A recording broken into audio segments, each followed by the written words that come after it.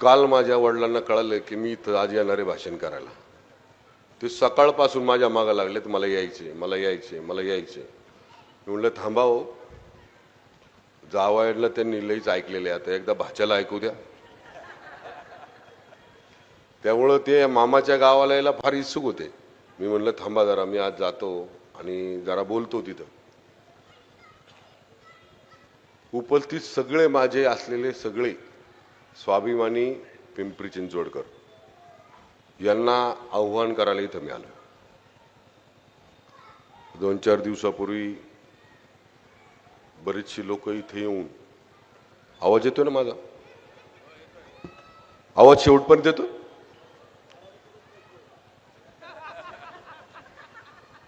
तिथं पोहोचवायची गरज नाही. ते 2-3 दिवसापूर्वी इथं एक सभा झाली. त्या सभेमध्ये बेछूट आरोप पिंपरी चिंचवड शहरामध्ये काम करणाऱ्या भारतीय जनता पार्टीच्या अनेक पदाधिकाऱ्यांवर आणि त्याचबरोबर माझ्यावरही झाले. त्याच्यानंतर आपण बोलू काय असेल ते. पण या पिंपरी गावामध्ये, या गावाच्या परंपरा, या गावाच्या ग्रामदैवताची असलेली यात्रा, ही सगळी परंपरा आणि या सगळ्या गोष्टी जपण्याचं काम ज्यांनी केलं ते या गावातल्या सगळ्या ग्रामस्थांना मी आज या निमित्तानं नम्र आव्हान करतो. सगळ्यांनी माझ्याबरोबर एक घोषणा द्यायची. सगळ्यांनी हात वर करा आणि सगळ्यांनी म्हणा, मी स्वाभिमानी पिंपरी चिंचवडकर, मी स्वाभिमानी पिंपरी चिंचवडकर, मी स्वाभिमानी पिंपरी चिंचवडकर. जो सल्ला द्यायचा आहे तुम्ही या वाक्यात दिला. पिंपरी चिंचवडमध्ये येऊन आम्हाला कोणी शहाणपणा शिकवायची गरज नाही. पिंपरी चिंचवडमध्ये येऊन आम्हाला लंगूट बांधायला शिकवायची गरज नाही. पिंपरी चिंचवडमध्ये येऊन आम्हाला विना घ्यायचं कोणी शिकवायचं नाही. आम्ही एकादशी पाळणारी लोक आहेत. आम्ही एकादशीच्या दिवशी सगळं काही पाळतो जे तुम्ही पाळत नाहीत. त्याच्या खोलात जायचं नाही. एकादशीला कोण कोण काय खाते मला सांगायची गरज नाही. जे लोक इथे येऊन पिंपरी चिंचवड शहराबद्दल स्वतःचं प्रेम व्यक्त करतायत त्यांना मला सांगायचंय, या पिंपरी गावाचा इतिहास जरा मागं वळून पहा. ही पिंपरी चिंचवड महापालिका ज्यावेळेस स्थापन झाली, स्वर्गीय लोकनेते अण्णासाहेब मगर त्यांच्याबरोबर जी प्रमुख लोक होती त्यामध्ये या गावचा स्वाभिमान महापौर स्वर्गीय भिकू वाघेरे पाटील हे सुद्धा होते. अशी भरपूर नावं आहे या शहरामध्ये. ज्यांनी इथे येऊन भाषण केलं त्यांच्या आडनावाला मोठं केलंय. मी सगळ्या पिंपरी चिंचवडकरांना माहिती आहे 91ला या शहरामध्ये आलो. कशाला आला? कशाला आला? कोण ओळखत होतं? कोण ओळखत होतं 91ला? तुमचे चुलते नसते तर तुम्हाला कुणीच ओळखत नव्हतं. 91ला आला त्यावेळेस परिस्थिती काय होती? त्यावेळेचे फोटो आहेत, दाखवू का मी? दाखवू का? त्यावेळेस पासून आतापर्यंतची संपत्ती किती झाली विचारलं कधी पिंपरी चिंचवड मधल्या लोकांनी? विचारलं का? स्थानिक इथला पिंपरी चिंचवडकर जर मोठा होत असेल तर त्याला सन्मानाची वागणूक त्यांच्याकडे कधीच मिळाली नाही, कधीच मिळाली नाही. आणि मग त्यांना कदाचित असं वाटतं की इथलं स्थानिक नेतृत्व जर मोठं झालं तर त्यांच्याकडे कोण जाणार नाही. याचा अनुभव त्यांना 2017 पासून आला. पाटलांना मी पहिल्यापासून म्हणत होतो, त्या मामाला पण म्हणत होतो, चला माझ्याबरोबर, चला माझ्याबरोबर, चला माझ्याबरोबर. पण ते एक नामदेव महाराजांचं मला वाटतं एक उदाहरण आहे.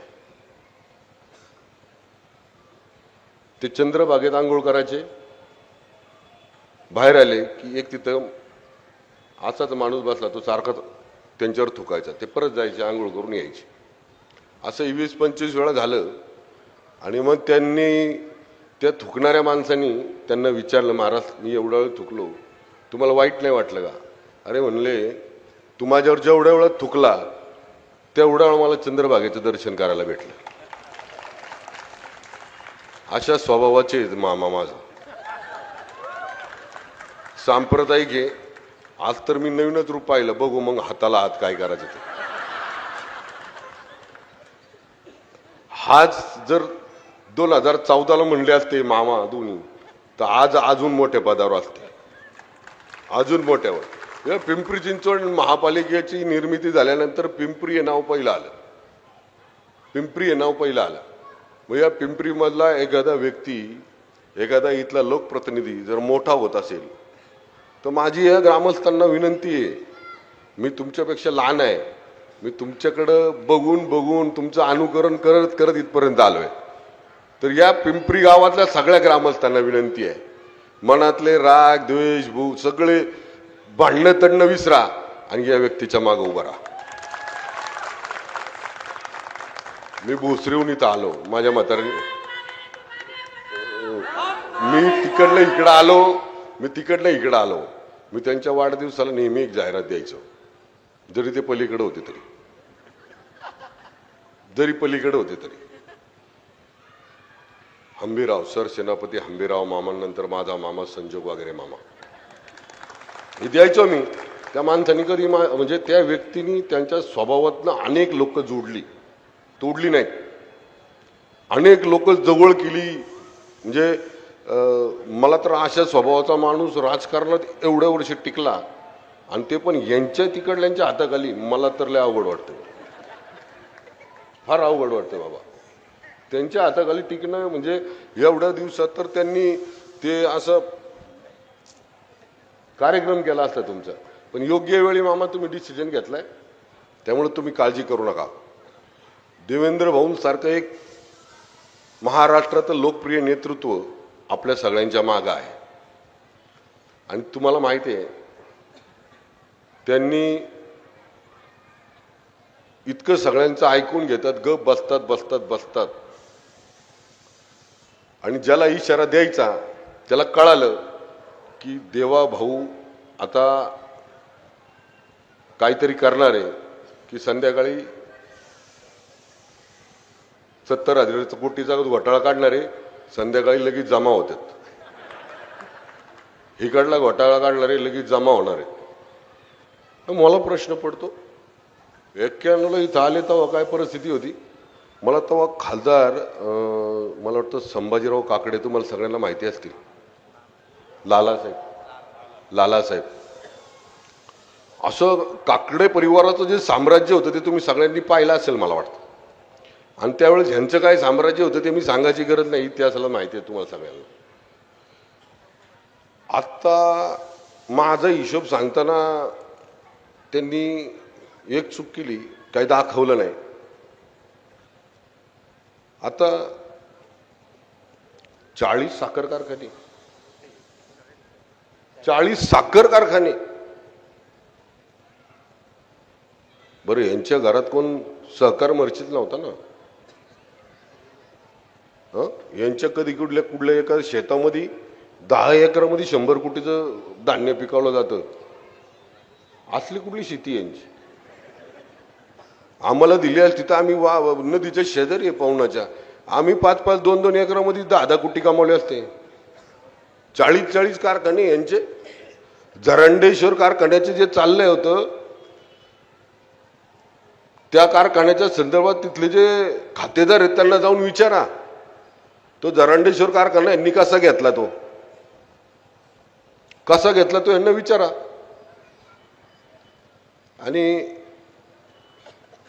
नेहमी नम्रता ही आमच्या पिंपरी चिंचवडकरांच्या तो अंगातला एक मोठा गुणच आहे. कारण पिंपरी गावामध्ये संप्रदाय पण आहे, खुलती पण आहे. संप्रदायातली लोक पाया पडतात माऊली माऊली, आमच्यासारखी तालमीतली पोरं वरिष्ठ पैलवानांच्या वस्तादांच्या पाया पडतात. ही नम्रताच आहे आमची. पण नम्रता आमच्याकडे असल्यामुळं जसं संप्रदायामध्ये वीणा हातात असते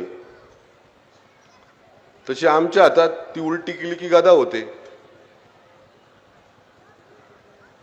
संप्रदायामध्ये वीणा आहे तर पैलवानाच्या हातात गदा आहे.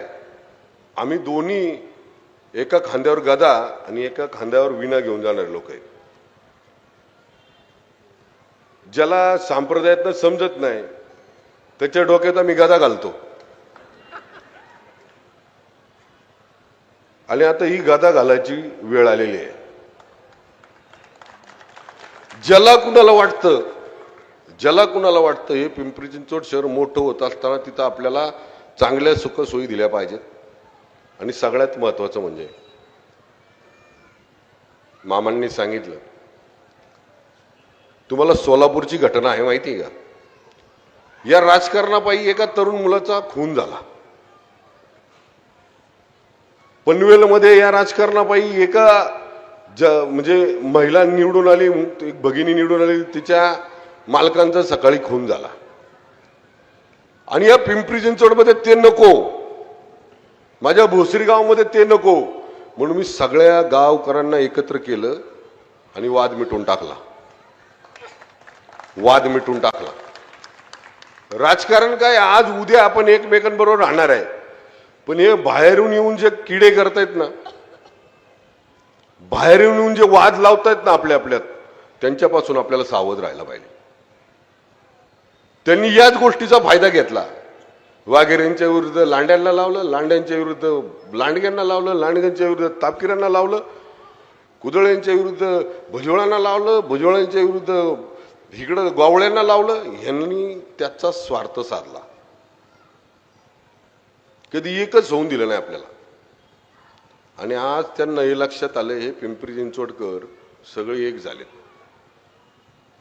हे स्वाभिमानी पिंपरी चिंचवडकर सगळे एक झालेत. आणि एक झाल्यानंतर त्यांच्या लक्षात आलं की आता आपली काय डाळ इथं शिजत नाही. ते लक्षात येण्याचं कारण पण तसंच आहे. 128 उमेदवार या शहरात उभे करायचे होते. किती? 128. मी तुम्हाला यादी देतो, 128 आकडाच त्यांना पूर्ण करता नाही आला. 128 आकडाच पूर्ण करता नाही आला.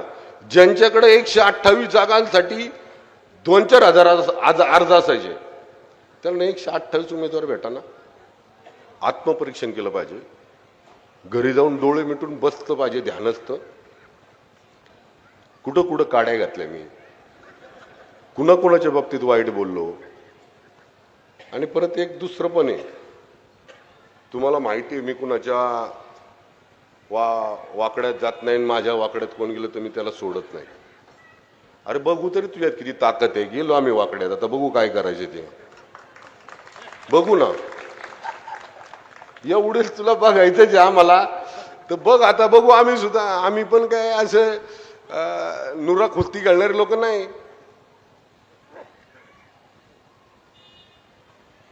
अरे आम्हाला घरातून जेव्हा जन्म होतो तेव्हा पहिला लंगूट बांधला जातोय. तो आम्हाला लाडाची भाषा करायची नाही. आम्ही नम्र आहोत, नम्र राहणार. पण जर आम्हाला जर अशी भाषा कोणी करणार असेल, बरं एक असं वाक्य दाखवा, बरं असं एक वाक्य दाखवा की महेश लांडगे म्हणला तुझ्याकडे बघून घेतो. असं एक वाक्य दाखवा, खाडेसर म्हणलेत मी तुझ्याकडे बघून घेतो. असं एक वाक्य दाखवा, उमाताई म्हणल्यात तू बघतो तुझ्याकडं. अरे आम्ही नम्र आहोत, बळच काढतात. तुम्हाला अख्ख्या महाराष्ट्राला माहिती, मी जर कुणाचं ठरवलं तर त्याचा कार्यक्रमच करतो. अरे तू कार्यक्रम करतो तर आम्ही काय बांगडे घातलं? अरे आमचे या रणरागिणीच तुझा कार्यक्रम करतील. या आमच्या लाडक्या बहिणी आहेत. लाडक्या बहिणींच्या नावावर मतदान मागताना या लाडक्या बहिणी आमच्या देवा भाऊच्या आहेत, आमच्या सगळ्यांच्या लाडक्या बहिणी आहेत, आमच्या लाडक्या बहिणी आहेत या. अरे हेच कार्यक्रम करतील तुझ्या, तू बाकीच्या कार्यक्रमाच्या नादी नको लागू. आमच्या पिंपरी चिंचवड शहरामध्ये आम्ही गप तर गप, मी मागच्या 15 वर्षापासून सहन करतोय. मी म्हणतोय माझ्या मागं का लागला, माझ्या मागं का लागलाय, माझ्या मागं का लागलाय. नंतर लक्षात आलं मला, याला स्थानिक नेतृत्व मोठं करायचं नाही. त्याला असं वाटलं पाहिजे सगळ्यांनी घागरी घ्यायची आणि याच्या चिरीला पाणी भरा जायचं. आता याच्या विहिरीला ठावलेल्याला माहिती नाही. आता आम्ही आमच्या तेवढं ताकदवर झालोय, आम्ही आमचे इतके सक्षम झालोय, आमच्या कुटुंबातली मुलं शिकलीत, आमच्या भागातला विकास आम्हाला करायचा आहे, आमच्या भागातल्या समस्या आम्हाला माहिती आहेत. मी काल बोललो बघा एक ठिकाणी, काय बोललो मी, या परिसरात काय पाहिजे, या परिसरामध्ये पिंपरी गावात काय पाहिजे हे त्या बारामतीला राहून कळणार आहे का? रोज या रोडनी जाणारा माणूस त्याला अडचण समजते, रोज या चौकात येणारा माणूस त्याला समजते, या गावात या पलीकडे काय पाहिजे ते समजते. पवना नदीची जी परिस्थिती झाली ती पवना नदीच्या काठाला बसलेल्या लोकांना कळते. 25-30 वर्ष पालकमंत्री होता, काय करीत होता? 25 वर्ष पालकमंत्री होता, काय करत होता? काय करत होता? अरे पालकमंत्री असताना एवढा विश्वास या पिंपरी चिंचवडकरांनी तुमच्यावर दिला की तुम्ही, तुमच्याकडं एक हाती सत्ता दिली, एक हाती. इतका विश्वास होता, डोळे झाकून, पण काहीच करता नाही आलं, काहीच करता नाही आलं. आणि येऊन जाऊन फक्त आहे ना, त्याला या पिंपरी चिंचवड शहरामध्ये महेश लांडगे दिसत पण असेल. काय सांगावं त्याला समजणं अवघड आहे मला. मी नेहमी आहे ना म्हणायचो जाऊ दे, कुठं आपण एवढ्या मोठ्या नेत्यावर बोलायचं, जाऊ दे कुठं आपण एवढ्या नेत्यावर बोलायचं, जाऊ दे एवढं कुठे आता नेत्यावर बोलायचं. पण तो स्वाभिमानावाला पिंपरी चिंचवडकरांच्या, पिंपरी चिंचवडकरांच्या स्वाभिमानावाला. एक तर माणसं तिकीट मागाय जात नाही, कुठलं पद मागाय जात नाही, साधं प्रभागाचं सदस्य कर म्हणाय जात नाही. 30 वर्ष माझ्या घराच्या बाहेर पिंपरी चिंचवडकर उभे होते, आज कुणीच दिसत नाही. म्हणून चला तिकीट घेऊन इकडेच वाटाय आले. बाबा मामा तिकीट घेऊन इकडे आले वाटायचे. अरे घ्या माझं तिकीट घ्या, माझा फॉर्म घ्या, माझा एबी फॉर्म घ्या, माझा एबी. ही वेळ का आली याचं आत्मपरीक्षण करणार का नाही तुम्ही कधी? आयुष्यभर लोकांना या पिंपरी चिंचवड मधल्या प्रत्येक स्थानिक पुढाऱ्याला, प्रत्येक इथं असलेल्या लोकप्रतिनिधीला त्यांनी कायम आपल्या चप्पल बशी ठेवण्याचं काम केलं, पायाजवळ ठेवायचं काम केलं. का? आमच्या इथल्या नेत्यांमध्ये ती कुवत नाही, आमच्या इथल्या लोकप्रतिनिधींमध्ये ती ताकद नाही, ती क्षमता नाही ते काम करायची, अजिबात नाही. हे पिंपरी चिंचवड शहर उभं राहत असताना आमच्या भूमिपुत्रांच्या जमिनी गेल्या, त्याच्याबद्दल कधी बोलला का? आता सांगितलं ना, पिंपरीची भुसरीची काय अवस्था केली. एकीकडे रेड झोन, एकीकडे सिमी, एकीकडे प्राधिकरण, एकीकडे MIDC, आणि मध्ये दिले तळ आम्हाला. मैतीच्या दिवशी जाऊन 10व्याच्या दिवशी जाऊन त्यात आंघोळ करायची नाही यायचं, ते सुशोभित करून दिले आम्हाला. इथं आलेला नागरिक त्याला सुद्धा सुविधा मिळाल्या पाहिजे. प्राधिकरण घेतलं आमचं प्राधिकरण, प्राधिकरणामध्ये कशासाठी घेतलं होतं सर? प्राधिकरण कशासाठी घेतलं होतं? हा, काय केलं तिथं? 1972 ला आपल्या निगडी, रावेत, चिंचवड, आमची भोसरी, मुशी 1972 ला एक टप्पा झाला आणि दुसरा 1986 ला झाला. 72 ते 86 ची लोक 52 वर्ष भांडत होती. किती? 52 वर्ष भांडत होती. 52 वर्ष भांडत होती. देवेंद्र भाऊ मुख्यमंत्री झाले आणि त्यांना 12.5% आपल्या भूमिपुत्रांना मिळाला. 30 वर्ष काय यांना कोणी हात बांधून ठेवले होते का करू नका म्हणून? करू नका म्हणून कोणी हात बांधले होते का यांचे? यांना आता कत्तलखाना दिसायला लागलाय. रोज संध्याकाळी त्यांच्या संग बसतात, त्यांच्या डालच्या खात्यात, आणि आम्हाला म्हणतात कत्तलखाना आळंदीच्या ह्याच्यात कसा काय? अरे जसं तू कत्तलखान्याचा विचार केला, त्या कत्तलखाना तर आम्ही आमच्या श्वासास्वात आहे तो होऊनच दिला नसता, तो आमच्या मुख्यमंत्र्यांनी कॅन्सल पण केला.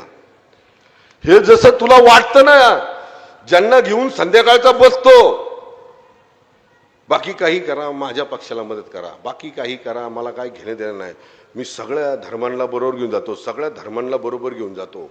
कुदळवाडीची कारवाई केली, लोकांवर अन्याय केला, कुदळवाडीची कारवाई केली, लोकांवर अन्याय केला, स्थानिक लोकांचं नुकसान झालं ते तर मी मान्य केलं ना. पण तिथं राहत होते त्या आतंकवाद्यांचा जर तू मदत करा, तू ज्यांच्यासाठी जर हे करत असेल तर मी कसं मान्य करणार? आणि हा, जसं कुदळवाडीसाठी भांडत होता, कुदळवाडी कुदळवाडी कुदळवाडी, तसं पिंपरी गावातल्या लोकांसाठी भांडला असता तर थोडंसं डिरी बंब पडेल गेलं असतं, थोडंसं पिंपरी गाव पडायला गेलं असतं. पिंपरी गावकरांना कमीत कमी डेव्हलप व्हायला जागा तर मिळाल्या असत्या.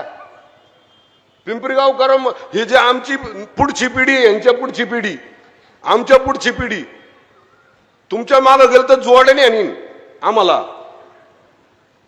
अरे तुमचं तर तुमचं वाटोळ केलं, तर आमचं पण वाटोळ करून करायला निघालं याच्या मागे जाऊन. ज्या वेळेस हे सगळं होत होतं, रेड झोन होत होता, या सगळ्या जागा होत्या, त्यावेळेस कोण होतं? तुम्ही पण बारके असाल. अरे माझं तर काय मला कळतच नव्हतं. आता या सगळ्या घटना क्रमवारीच सांगतो मी. याच्या मागचं कारण काय की तेव्हापासून तर 2014 पर्यंत कोण सत्तेत होतं? कोण सत्तेत होतं?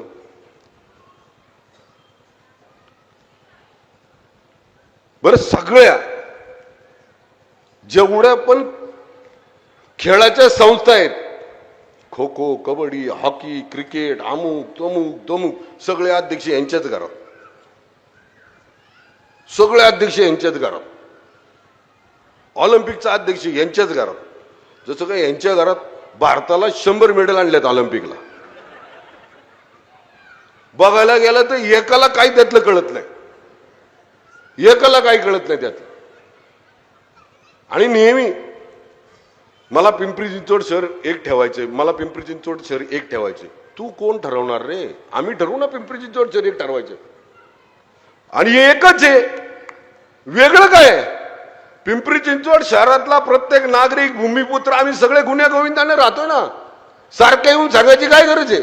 मला एक ठेवायचे, मला एक ठेवायचे, मला एक ठेवायचे. मग तर तुझ्यामध्ये खोट दिसते आम्हाला. तुला खंडीच्या वर्णात करायची मला वाटतं, मीठ मीठ टाकायचे त्याला, मला असं वाटतं. या गोष्टी आता पिंपरी चिंचवडकडे या असल्या गोष्टींना बिलकुल बिलकुल बळी पडणार नाहीत, बिलकुल बळी पडणार नाहीत. आता घरकुलमध्ये मीटिंग आहे साबा त्यांची, घरकुलमध्ये माझ्या इथं चिखलीला जे घरकुल झालं 2009ला, लय गाजा वाजा करून ते घरकुल बांधलं ना, अजून तयार नाही झालं. आज बघा, बाबा कांबळेंना सगळं माहिती आहे, ते चळवळीतला कार्यकर्ता आहे. 13,000 घर देणार होते 2009ला, आता 6,700 घरं दिलेत. तेव्हापासून आतापर्यंत असं समजतं आपल्याला, समजा या वरचा मधला आहे तर तो लिकेज होऊ शकतो, कारण ते वरती आहे ना, वरचा मधला आहे तो लिकेज होऊ शकतो. पण 4ही मधले लिकेज होतात. हे असलं कसलं काम आहे? ठीक आहे, पाणी लय पडलं तर वरचा मधला होईल, त्याच्या खालचा होईल, फार ह्याच्यात पाणी येते, ते गळत गळत गळत 4ही मधले घेऊन पार्किंग मध्ये पाणी येते. आज जा तिथं, तुम्हाला कळेल लोक काय म्हणतायत ते. उसनं आहे ना, उसनं अवसान आणलेलं आहे त्यांनी. मी म्हणजे पिंपरी चिंचवडकर. आता वाघेरे पाटील त्यांना आवडणार नाहीत, पिंपरीकर त्यांना आवडणार नाहीत. जेव्हा पोराला खासदार करायचं होतं तेव्हा संजोग चला, संजोग भाऊ निघाले गाडी घेऊन 2 व्हीलरवर, माग बसलाय लेख त्यांचा, आणि निवडून दे ह्याला. म्हणजे जसे 91 पासून तू आतापर्यंत आमचं वाटोळ केलं तसं ह्याच्याकडून वाटोळ करून घ्यायचं का आम्ही? तिकडं वतनाची जमीन लुटली, तिकडं धरंडेश्वर कारखाना लुटला. 70,000 कोटीचं जेव्हा मोदी साहेब बोलले 70,000 कोटीचा घोटाळा 100% सजा होणार, संध्याकाळी तर भाजपमध्ये, संध्याकाळी तर भाजपमध्ये. अरे मी घाबरलो नाही, तुला नाही घाबरलो. 2014ला तुझ्या विरोधात लढलो, पक्षाच्या अपक्ष निवडून आलो. गुंड कोण आहे? कोण गुंड आहे या शहराला सांगायची गरज नाही. गुंड जोपासले कुणी, वाढवले कुणी, मोठे केले कुणी? अरे दुबईला पळून गेले गुंड तुमच्यामुळं. त्यांना ताकद दिली, ते दाऊद तिकडे गेला दुबईला आणि तिकडून बॉम्ब हल्ले करतोय. कुणामुळं पळून गेला काय? आता जुन्या लोकांनी आम्हाला काय सांगितलं नाही का? आम्हाला लागले सांगायला गुंडगिरी गुंडगिरी गुंडगिरी. अरे तुमच्या गुंडगिरीमुळे ज्या शहराची वाताहत झाली. 2014ला जेव्हा सरकार आलं तेव्हापासून आतापर्यंत दूरदृष्टी ठेवून काम करतोय आम्ही. आम्ही जी पीएमओची घरं बांधलीत तिथं जा आणि आज जिथं घरकुलमध्ये मीटिंग आहे तिथं जा, तुम्हाला फरक कळेल. खालचा मधला पाण्यात जातो. 2009ला तुम्ही बांधले ना घर, ते खालचा मधला अजून पाण्यात जातो. ते बिचारे अजून सुद्धा वाट पाहत आहेत आम्हाला कधी न्याय मिळेल. त्याच्याकडे लक्ष नाही. फक्त येऊन जाऊन इथले जे जिव्हाळ्याचे विषय आहेत ते टाळायचे, कारण त्यांच्याकडनं झाले नाहीत, त्यांच्याकडनं ते पूर्ण झाले नाहीत. हे टाळायचे. मग ते टाळायसाठी काय करायचं? महेश लांडगे मी मोठा केला, मी अमुक केलं, मी तमुक केलं, मी त्याला स्टँडिंगचा चेअरमन केला, सांगत होतो मी ह्याला पाडला. शेवटी त्यांनी गेला, त्यांनी 3 महिन्यात काय केलं ते. अरे तू तुझ्या चुलत्यांचं नाही राहिला बाळा. ज्या चुलत्यांमुळं 91 मध्ये ही सगळी लोक तुला ओळखायला लागली तुम्हाला. आणि माझ्यावर बोलताना मी 100 वेळा सांगितलं की तुम्ही माझ्या विरुद्ध नका बोलू, तुम्ही महायुतीतले मोठे नेते आहात, तुम्ही नका बोलू. पण त्यांचं काय तोंड आवरत नाही. आणि किती जरी असलं तरी उधाळलेलं जनावर काबूतानाची ताकद आमच्या गाववाल्यांमध्ये आहे. आम्ही घाटात फिरणारी माणसं आहे. किती पण गरम बैल असला तरी कसा झोपायचा आम्हाला चांगलं कळतं. आम्ही जर एकदा छाती लावली ना, किती गरम असला तर 4 पाय सुद्धा हलवून देणार नाही. एवढे आम्ही तयारीतली लोक आहोत. उंटावून शेळ्या नाही ऐकत आम्ही. त्याकरता आता इथून पुढं अशाच प्रकारे तुम्ही माझ्यावर आरोप केले की मी आता इथून मागचे सगळेच काढणार. नितीन लांडगेंच्या संदर्भात बोलले, नितीन लांडगेंच्या संदर्भात बोलले. कधी काळी त्यांच्या वडिलांनीच तुम्हाला हात दिला हो, बोट दिलाय. त्यांना बदनाम करायचं षडयंत्र कोणी केलं? आमच्या ऍडव्होकेट नितीन लांडगेंना बदनाम करायचं षडयंत्र कोणी केलं? आणि ते म्हणतात ना म्हणजे ते घेताना पकडलं. अहो घेताना एक शिपाई पकडला होता. आपला नितीन शेट कुठेतरी बसला होता. त्या शिपायाला पकडलं. त्या शिपायाचं स्टेटमेंट आहे की हे मला त्या 16 लोकांना द्यायला लागतात. आता त्या 16 लोकांमध्ये राष्ट्रवादीचे होते, सगळे होते. आणि फक्त आमच्या बिचाऱ्या नितीन लांडगेला त्यांनी त्यात आरोपी केलं. काही नसताना कधी काळी त्या आमच्या लांडगे साहेबांनी तुम्हाला मदत केली नाही का? तुमच्या चुलत्यांना मदत केली नाही का? इथलं स्थानिक नेतृत्व बदनाम कसं होईल? इथल्या स्थानिक नेत्याचा स्वाभिमान हा माझ्या पायापाशी असला पाहिजे, ही भूमिका कायम त्यांची होती. आज म्हणतात लाडक्या बहिणीला आम्ही 3,000 रुपये अकाउंटवर भरले. अरे 3,000 रुपये अकाउंटवर भरले. आमचा मुख्यमंत्री आहे ना देवेंद्र भाऊ, त्यांनी सांगितलं ना.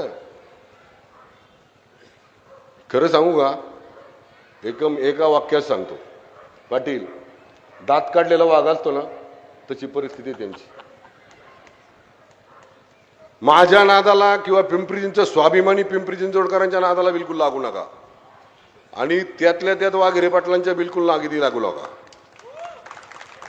तुम्हाला स्पष्ट सांगतोय, या गावात उभं राहून सांगतोय, या ग्रामस्थांना कळकळीची विनंती करतोय, जो व्यक्ती बाहेरून येऊन आपल्या स्वाभिमानात हात घालतोय त्याच्यासाठी आपला स्वाभिमान काय थंड पडला काय?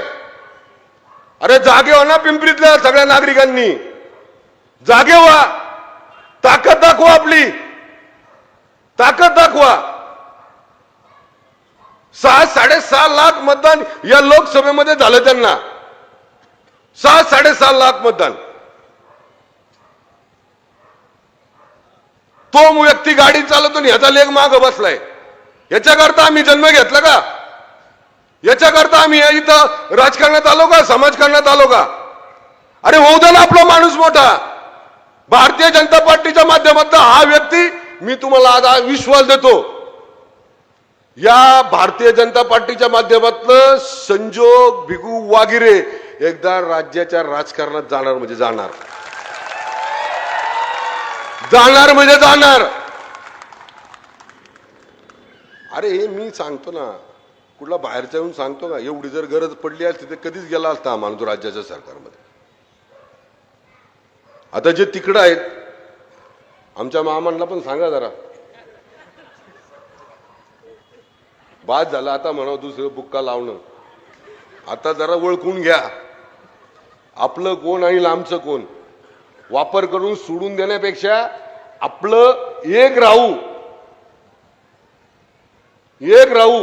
या पिंपरी चिंचवड मध्ये आलेला प्रत्येक नागरिक, स्वाभिमानी नागरिक, त्याला बरोबर घेऊ, एकत्र राहू, पुढे जाऊ.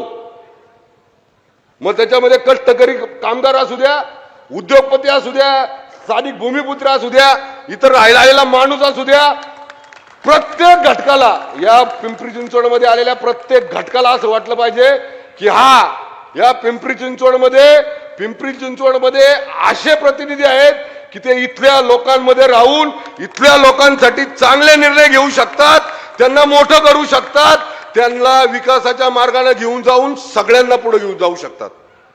हे कळू द्या ना त्यांना. बऱ्याच ठिकाणी कळालेले, पिंपरी गावात कधी कळणार म्हणून आलो मी. बऱ्याच ठिकाणी आमच्या भोसरीत कळाले, आमच्या भोसरीतली लोक जी तिकडं आहेत, जे माझ्यावर आरोप करतायत, म्हणजे त्यांच्याबरोबर राहून त्यांना पण माझी सांगणे विनंती आहे, बाळांनो, ज्या दिवशी तुम्ही उपयोगी नाही राहणार त्या दिवशी तुम्ही त्यांच्या जवळपास पण नसणार. स्वर्गीय नाना शितोळेंना पहा, स्वर्गीय आपले रामकृष्ण मोरे पहा, स्वर्गीय महापौर आपले रंगनाथ दादा पहा, आपले संजोग पाटलांच्या वडिलांचं नाव घ्या. 29 महापौर आतापर्यंत झालेत. एक पण राज्याच्या राजकारणात जाईल एखाद्या मोठ्या पदावर असं एक पण नाही का? एक पण नाही. मी कालच्या मुलाखतीत सांगितलं, एक महामंडळ दिलं आजमबाईंना, त्याला गाडी नाही, काय नाही, फक्त एक पाटी. एवढ्या मोठ्या नेत्याचा ही परिस्थिती. आमचा मामा फक्त म्हणला मला पांडुरंगाच्या पंढरपूरच्या मंडळाचं ट्रस्टी करा, अजून सुद्धा त्याला करेना. ही वेळ आली. राज्याच्या राजकारणात काम करणारी नेतृत्व आज या लेवलला आणून ठेवली त्यांनी. मला पद द्या म्हणून सांगायची, मला पद द्या. अरे हे काय चाललंय आपलं? अरे आपण स्वतः स्वाभिमानी आहोत ना, आपल्याकडे ताकद आहे ना, आपण सगळे एकत्र आहोत ना. मी तर मागं पण सल्ला दिलेला आहे, पिंपरी चिंचवड शहराची वाढती लोकसंख्या घेऊन तुम्ही आम्हाला सांगा, हे करणं गरजेचं आहे. राज्य सरकारच्या माध्यमातून आम्ही तिथं बोलू ना, सगळे एकत्र येऊ. आमचं पिंपरी चिंचवड शहर वाढतंय, 10-20 वर्षांनी ते 1 कोटीची लोकसंख्या होईल. पाणी कसं आणायचं, आमची पवना नदी कशी सुधारायची, आम्हाला अजून कशा पद्धतीने डेव्हलपमेंट झाले पाहिजे आम्ही करू ना. तुम्ही आमच्या बरोबर या, बोला, पण आरोप करून बदनाम करून आमच्या पिंपरी चिंचवडकरांना तुम्ही उगाच अडचणीत आणू नका. आता तुमची ही सगळे खेळ आम्ही समजलोय. जे जे वागिरे पाटलांबरोबर या पॅनल बरोबर नाहीत त्यांना सगळ्यांना माझे हात जोडून विनंती आहे, माझ्या भावांनो बहिणींनो, एकदा आपला स्वाभिमान जागा करा. आपण या शहराचे नागरिक आहोत. या शहरामध्ये आपण आपल्या अडचणी आपल्या समस्या सोडवण्यासाठी आम्हाला आमच्या इथलाच माणूस पाहिजे हे जरा ठरवा. याच्यासाठी जीव तळमळ करतोय माझा. आपण सगळ्यांनी ठरवा. आमचं चांगलं वाईट समजणारा माणूस आमच्यातलाच पाहिजे. विमानातून जाणारा नको, हेलिकॉप्टर मधनं जाणारा नको. रोज सकाळी आमच्या बरोबर दशक्रिया विधीला आमच्या बरोबर दिव दिसला पाहिजे. रोज आमच्या बरोबर आमच्या घरात दुःखद घटना झाली तर आमच्या बरोबर दिसलं पाहिजे. आमच्या घरी पाणी नाही आलं, आमच्या इथं सार्वजनिक अडचणी आल्या तर आमच्या बरोबर उभा राहणारा माणूस पाहिजे. अरे हे आपण कधी ओळखणार? बारामतीला जाऊन सांगणार का माझ्या घरी पाणी नाहीत? बारामतीला जाऊन सांगणार का माझ्या घरातला पेशंट आजारी आहे, वायशमला मला मदत पाहिजे, लोकमान्यला मला मदत पाहिजे, तिकडे जाऊन सांगणार का?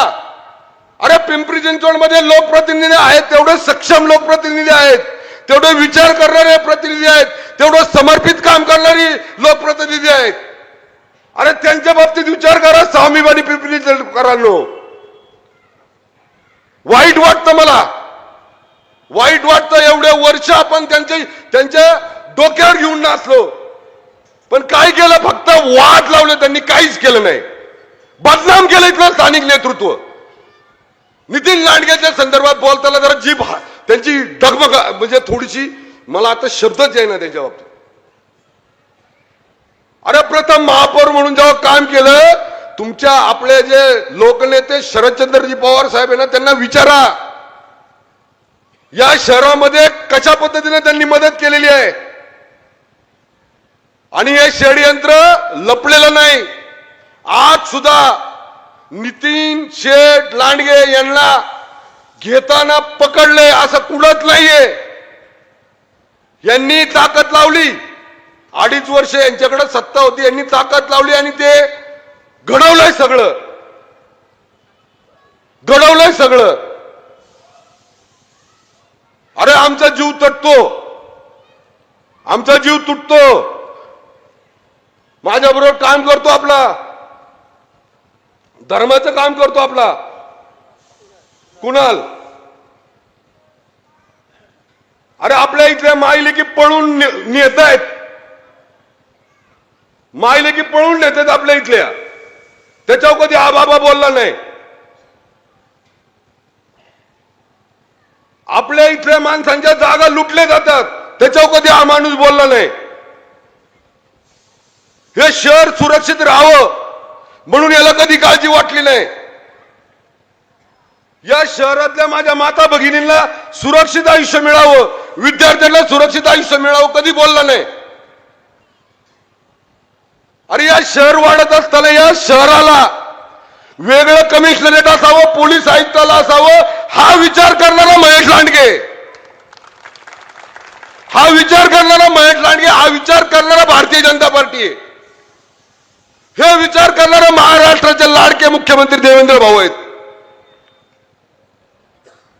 यांनी 28, 25, 30 वर्ष सांगतात ना, मी इथं आलो माझ्याकडे सगळं होतं, ह्याला कारभारी गेला तिथं चूक झाली तुमची. अहो आपण लोकसेवक आहेत, आम्ही लोकसेवक आहोत, आम्ही राजे नाहीत. आणि कुणाची मोनोपॉली पिंपरी चिंचवड शहरामध्ये आता इथून पुढे कधीच चालणार नाही. 128 उमेदवार उभेच करता नाही आले, 128 उमेदवार उभेच करता नाही आले. अरे सगळे या शहरात राहणारा प्रत्येक नागरिक आज आमची कामं पाहतोय आणि आम्हाला मतदान करतोय. आता माझ्या विधानसभेच्या निवडणुकीला काय केलं? आता आपल्या लोकांना लक्षात आलं पाहिजे. हे म्हणले तिकडे जा, आणि माझ्या विरुद्ध लढा, आमच्याच गावातल्या लोकांना. असं म्हणले का? असं म्हटले का बारामतीत येऊन माझ्या विरुद्ध लढ? म्हणले का? त्यांना माहिती आहे, होऊ दे लांडगे गावाने संघर्ष, होऊ दे लांडगे फुगे गावाने सगळ्यांचा संघर्ष होऊ दे, मी सेफ आहे ना. उद्या ह्याच्यातला कोणतरी एक माझ्याकडे येणारच आहे. पण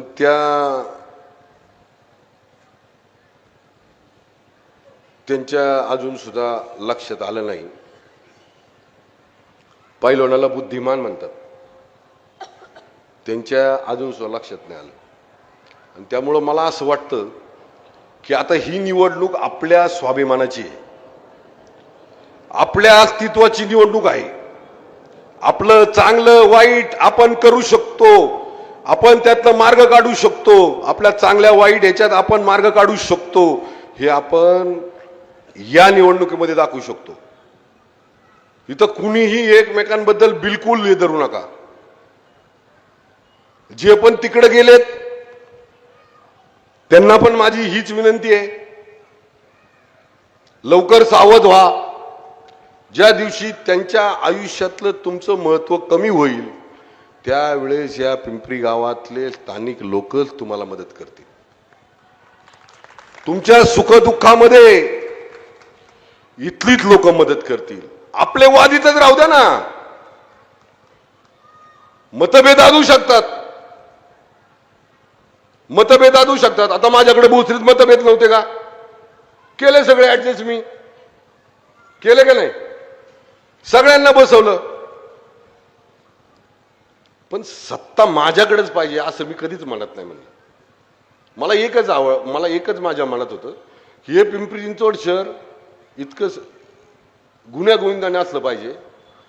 कधी जर कुठला कार्यकर्ता, कुठल्या कुटुंबातला एखादा सदस्य जर तो म्हटला मी या लोकप्रतिनिधी बरोबर जातो, तर त्याच्या आई वडिलांना असं वाटलं पाहिजे की माझा मुलगा ज्यांच्या बरोबर जातोय त्यांच्या बरोबर गेल्यानंतर कुठलाही वाईट प्रकार करणार नाही, कधीच भांडणं होणार नाहीत, असं वागणारं नेतृत्व पाहिजे.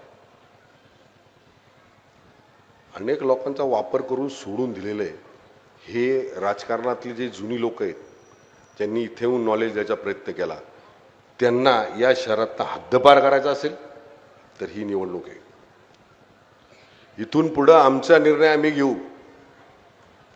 गरज वाटली तर तिथं महायुतीचे नेते म्हणून मी सभागृहामध्ये प्रश्न मांडीन, पिंपरीचा, चिंचवडचा, या परिसरातल्या सगळ्या राहणाऱ्या लोकांचा, विद्यार्थ्यांचा, माता माऊलींचा, माझ्या सगळ्या वरिष्ठ ज्येष्ठ मार्गदर्शकांचा मी तिथं प्रश्न मांडन.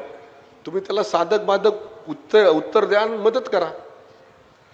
पण तिथं पण ती वेळ महेश लांडगे व्हायची नाही, कारण माझा देवा भाऊ माझ्या मागे सक्षम आहे. भारतीय जनता पार्टीचं नेतृत्व माझ्या मागे सक्षम आहे. उमाताईंना विचारा, हाडेसरांना विचारा, माझ्या मागे सक्षम आहे.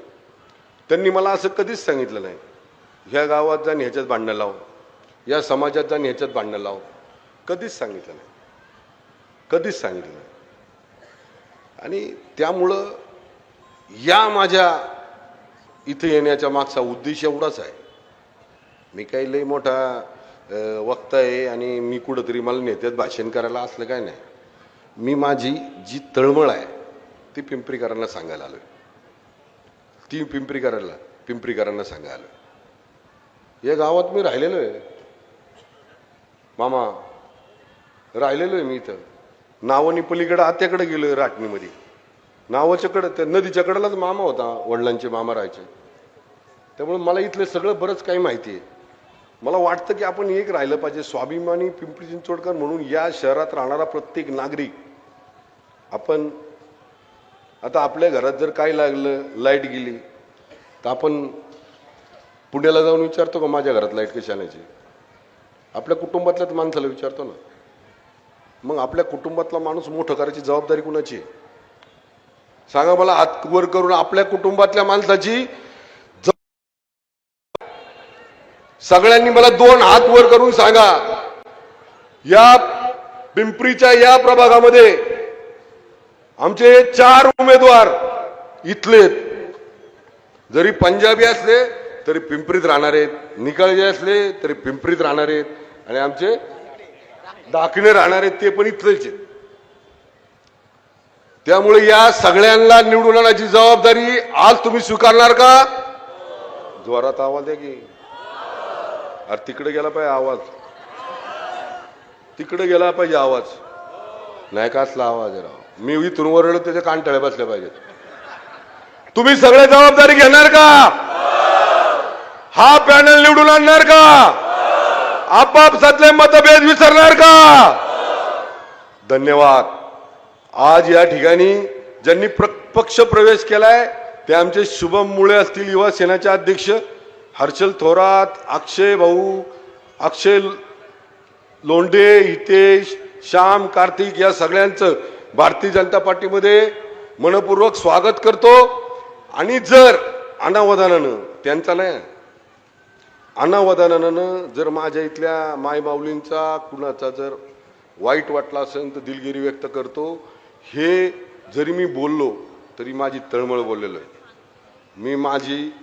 मला जो हा त्रास जो मी आज बघतोय हा आपल्या अगोदरच्या इथल्या अनेक स्थानिक लोकांनी भोगलेला आहे.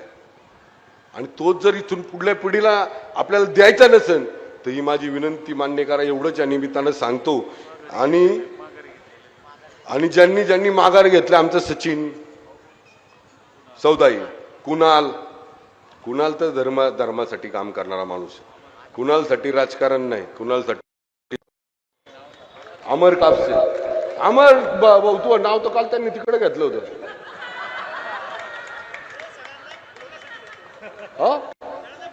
एक मेसेज पाठव ना, एक मेसेज पाठव, फक्त एक लिही त्याच्यात मी स्वाभिमानी पिंपरी चिंचवडकर आहे, मला गृहीत धरू नका. काय पाठवायचं? मी स्वाभिमानी पिंपरी चिंचवडकर आहे, मला गृहीत धरू नका. आमचं बरं वाईट आम्ही आमचं बघू, तुम्ही तिकडे बघा, असा एक मेसेज टाकून दे. आणि तो मेसेज टाकला की तर मीडियाला पण सोड, म्हणजे तो अख्ख्या महाराष्ट्रात जाईन आम्ही स्वाभिमानी किती आहोत याचा मेसेज जाईल. अमर तुझं पण स्वागत, सगळ्यांचं स्वागत. ज्योतिकाताई कुठे घेतलं? मलकण नाही झाल्या, विशाल वागिरे, सगळ्यांचं, वाळुंजकर परिवार, तुमचं सगळ्यांचं मनापासून धन्यवाद. आणि अशीच साथ, असंच प्रेम, असाच आशीर्वाद सदैव आमच्या सर्वांच्या पाठीशी राहावं ही भैरवनाथ महाराजांच्या चरणी प्रार्थना करतो. या ठिकाणी थांबतो. जय हिंद, जय महाराष्ट्र, जय श्रीराम. मनापासून धन्यवाद दादा. आणि आता आपला सर्वांचा आभार व्यक्त करते सामाजिक कार्यकर्ते सुरेश भाऊ निकाळजे यांना विनंती राहील सर्वांचा आभार व्यक्त करावं.